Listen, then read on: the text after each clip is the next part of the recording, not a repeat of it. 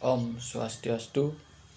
Perkenalkan, nama saya Imade Yudi Darmawan, NIM 2019-02003, Prodi Seni Karawitan semester 3A.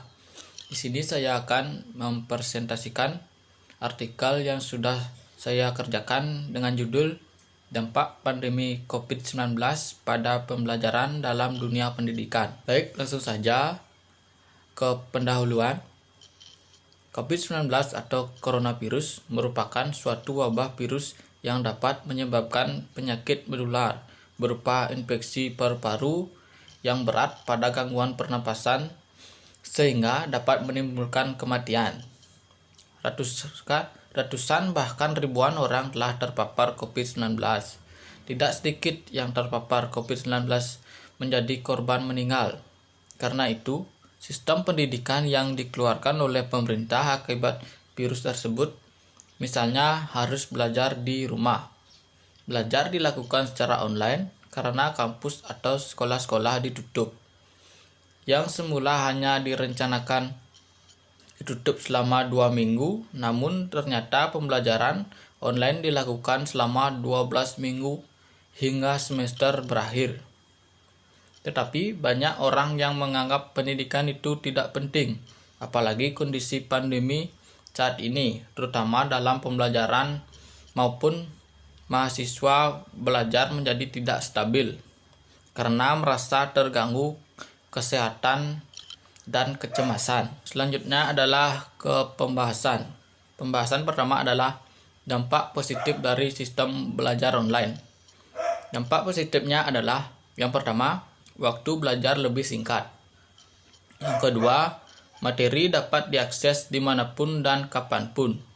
Yang ketiga, dengan belajar daring, para pelajar atau mahasiswa dapat membuka materi dan mempelajarinya dengan mudah. Yang keempat, dapat melaksanakan tatap muka dengan teknologi seperti menggunakan aplikasi Zoom, Google Meet, dan yang lainnya. Yang selanjutnya adalah tidak banyak waktu yang terbuang untuk perjalanan ke kampus. Dan yang terakhir adalah dapat membuat pelajar bisa mengembangkan diri seperti membaca, menulis, atau menggambar dengan mandiri. Selanjutnya, pembahasan kedua adalah dampak negatif dari sistem belajar online. Dampak negatif dari sistem belajar online adalah yang pertama, perbedaan akses dan kualitas selama belajar jarak jauh dapat mengakibatkan kesenjangan capaian belajar. Yang kedua, akan menjadi risiko kehilangan pembelajaran yang terjadi sehingga berkepanjangan atau tertinggal. Yang ketiga, tekanan akibat sulitnya pembelajaran jarak jauh yang mengakibatkan stres.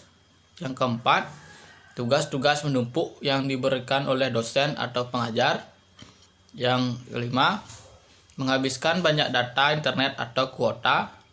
Yang keenam adalah sistem pembelajaran online memang lebih menghemat waktu, tapi belum tentu belajar online lebih efektif dalam penerimaan materi atau pembelajaran. Yang terakhir adalah kesimpulan. Jadi, dari pembahasan di atas dapat saya simpulkan bahwa pembelajaran online pada pandemi COVID-19 melanda mempunyai dampak positif dan negatif. Dampak positif harus dipertahankan dan diharapkan bisa terus digunakan untuk perkuliahan selanjutnya. Dan dampak negatif harus menjadi perhatian khusus sehingga perkuliahan di semester selanjutnya jika masih online harus perhatikan perbaikannya. Baik, sekian presentasi dari saya. Apabila ada kesalahan, saya mohon permaklumannya. Om Santi Santi Santi Om.